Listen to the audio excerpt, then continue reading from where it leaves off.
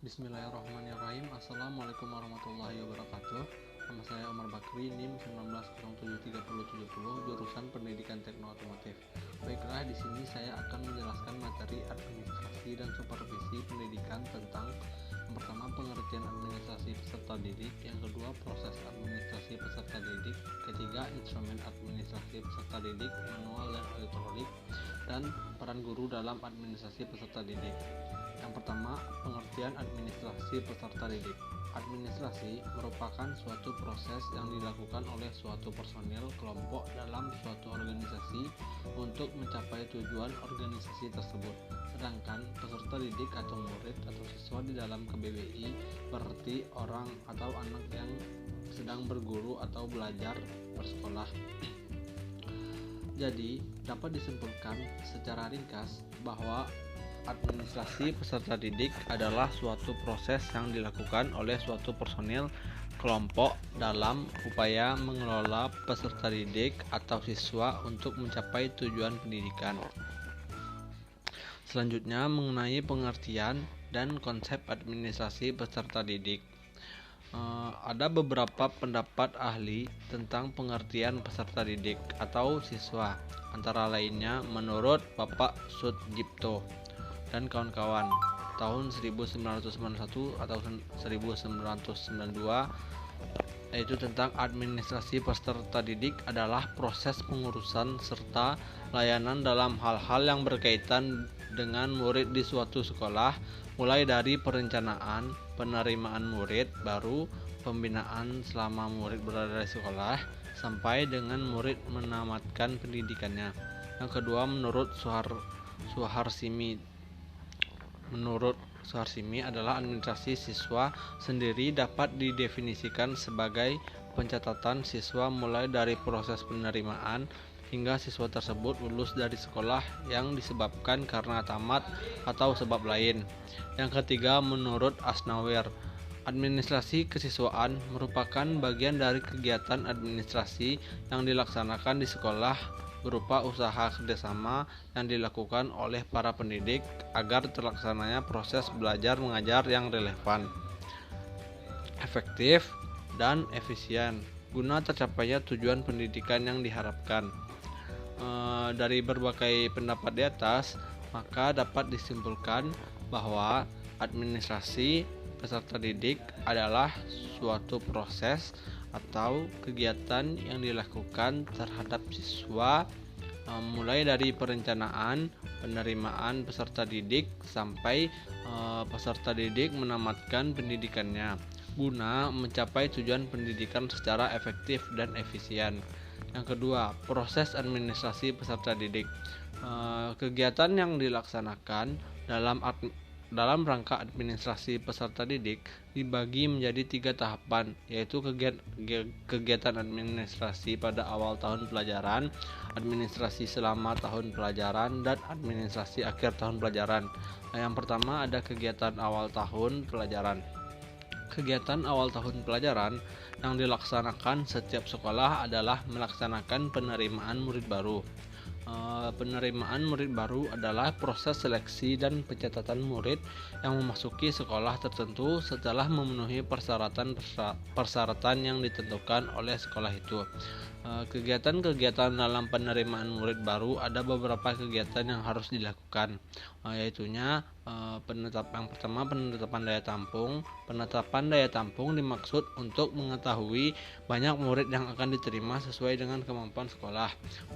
Penetapan daya tampung dilakukan dengan antara lain mempertimbangkan jumlah ruangan atau kelas, meja dan kursi yang tersedia, serta murid yang tinggal di kelas. Yang kedua, penetapan syarat-syarat murid baru. Sekolah biasanya menetapkan persyaratan yang harus dipenuhi oleh calon murid sebelum calon murid itu mendaftarkan diri di sekolah yang dimaksud. Persyaratan utama untuk memasuki sekolah dasar adalah umur. Calon murid harus berumur 6 tahun untuk dapat diterima di SD. Akan tetapi, sekolah masih harus mendahulukan calon murid yang lebih dari 6 tahun. Jika itu masih ada, sesuai dengan peraturan wajib belajar, semua anak yang telah memenuhi syarat umur seharusnya dapat ditampung di sekolah dasar. Yang kedua, selama tahun pelajaran, kegiatan langkah atau lebih lanjutnya setelah murid diterima di sekolah adalah membina murid tersebut sehingga berkembang kemampuannya secara maksimal sesuai dengan tujuan sekolah. Pembinaan murid dilakukan agar murid mengenal lingkungan tempat belajar mereka dan dapat menyesuaikan diri dengan tuntunan sekolah. Dengan pemahaman terhadap lingkungan itu, diharapkan dapat tercipta suatu keadaan di mana murid lebih tertib dan lebih mementingkan tugas-tugas belajarnya dibandingkan dengan kegiatan pribadi lainnya di sekolah. Ada beberapa hal yang dapat dilakukan dalam rangka pembinaan murid ini adalah yang pertama, orientasi untuk murid, kegiatan-kegiatan yang diberikan dalam masa orientasi. Contohnya seperti yang pertama, perkenalan, semua murid baru diperkenalkan kepada kepala sekolah, guru kelas, guru-guru, dan staf sekolah lainnya, serta kakak-kakak kelas mereka. Guru kelas perlu menciptakan situasi sehingga murid baru saling mengenal satu dengan yang lainnya. Yang kedua yaitu penjelasan tata tertib sekolah. Penjelasan tata tertib sekolah dilakukan pada awal pendidikan atau tahun ajaran. Hal ini penting untuk diperhatikan karena tata tertib sekolah adalah salah satu alat yang dapat digunakan untuk membentuk sikap dan disiplin murid. Yang kedua, peraturan kehadiran murid. Rajin dan tidak murid dapat diketahui dengan melihat hasil pencatatan kehadiran mereka setiap hari. Kerajinan murid dapat digunakan untuk bahan mempertimbangkan penilaian dan atau kenaikan kelas murid. Oleh karena itu, laporan kehadiran murid di sekolah dasar mutlak diperlukan kepala sekolah dan guru kelas bersama-sama memikul tanggung jawab dalam hal mengurus administrasi kesiswaan, khususnya dalam menghimpun, mencatat, dan memelihara data atau informasi mengenai seluruh aspek perkembangan siswa. Beberapa alat atau contohnya dapat digunakan untuk melakukan pencatatan kehadiran murid, di antaranya adalah yang pertama, papan absensi harian murid. Papan absensi harian murid per kelas ditempelkan pada masing-masing dinding kelas dan diisi oleh guru kelas. Papan itu diisi nama siswa yang tidak masuk hari itu secara berurutan, lengkap dengan alasannya. Hal ini dimaksud agar para murid dan guru dengan cepat mengetahui dan mengingat murid yang tidak dapat belajar pada hari yang dimaksud. Yang kedua, ada buku absensi harian murid. Buku ini dimiliki oleh semua guru kelas. Data ini dapat mereka gunakan untuk bahan mempertimbangkan laporan kemajuan belajar murid. Contohnya, buku absensi ini dapat dilihat pada lampiran promosi dan mutasi murid. Yang ketiga, promosi atau mutasi murid. Promosi atau kenaikan kelas adalah perpindahan siswa dari suatu kelas ke kelas lainnya yang lebih tinggi setelah memenuhi persyaratan-persyaratan tertentu. Promosi atau kenaikan kelas dilaksanakan dengan berpedoman kepada norma-norma kenaikan kelas yang ditetapkan bersama antara semua guru dan kepala sekolah dalam rapat kenaikan kelas. Keputusan kenaikan kelas ini hendaknya diambil dari landasan yang mewakili sosok siswa secara utuh, baik ditinjau dari ranah kognitif, afektif, maupun psikomotornya. Promosi harus dilaksanakan dengan sangat hati-hati, dalam arti harus dipertimbangkan beberapa prinsip dasar Priling, yaitunya yang pertama, ada promosi harus dilaksanakan atau dasar pertimbangan keadaan siswa secara pribadi. Yang kedua, promosi harus mempertimbangkan aspek kognitif, afektif, dan psikomotor yang dicapai oleh siswa. Yang keempat, mutasi.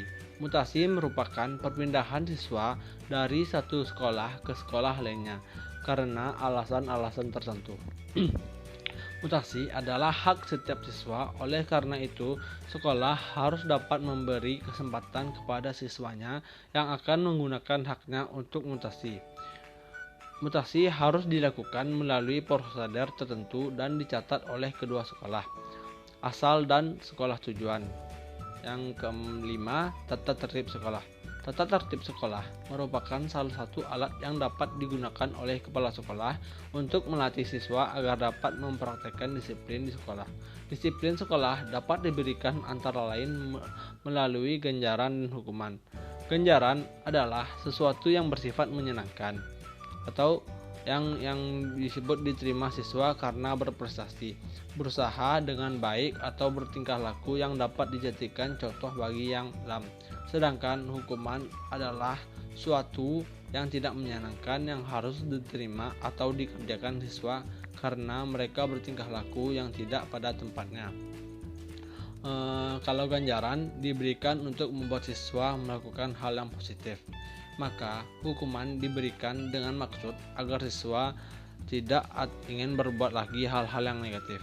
Hukuman diberikan kepada siswa dalam batas-batas yang wajar, sehingga misi pendidik siswa tercapai.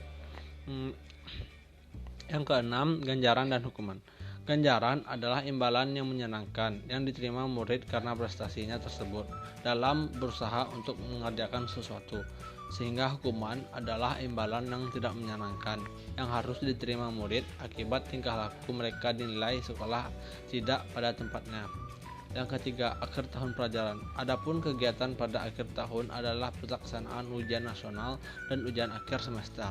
Administrasi yang dilakukan berhubung dengan kegiatan tersebut diantaranya yang pertama pelaksanaan ujian nasional, yang kedua kenaikan kelas, yang ketiga instrumen administrasi peserta didik, manual dan elektronik untuk mempermudah dan memperlancar jalannya administrasi kesiswaan. Maka akan menjelaskan lagi tentang peran guru dalam administrasi peserta didik.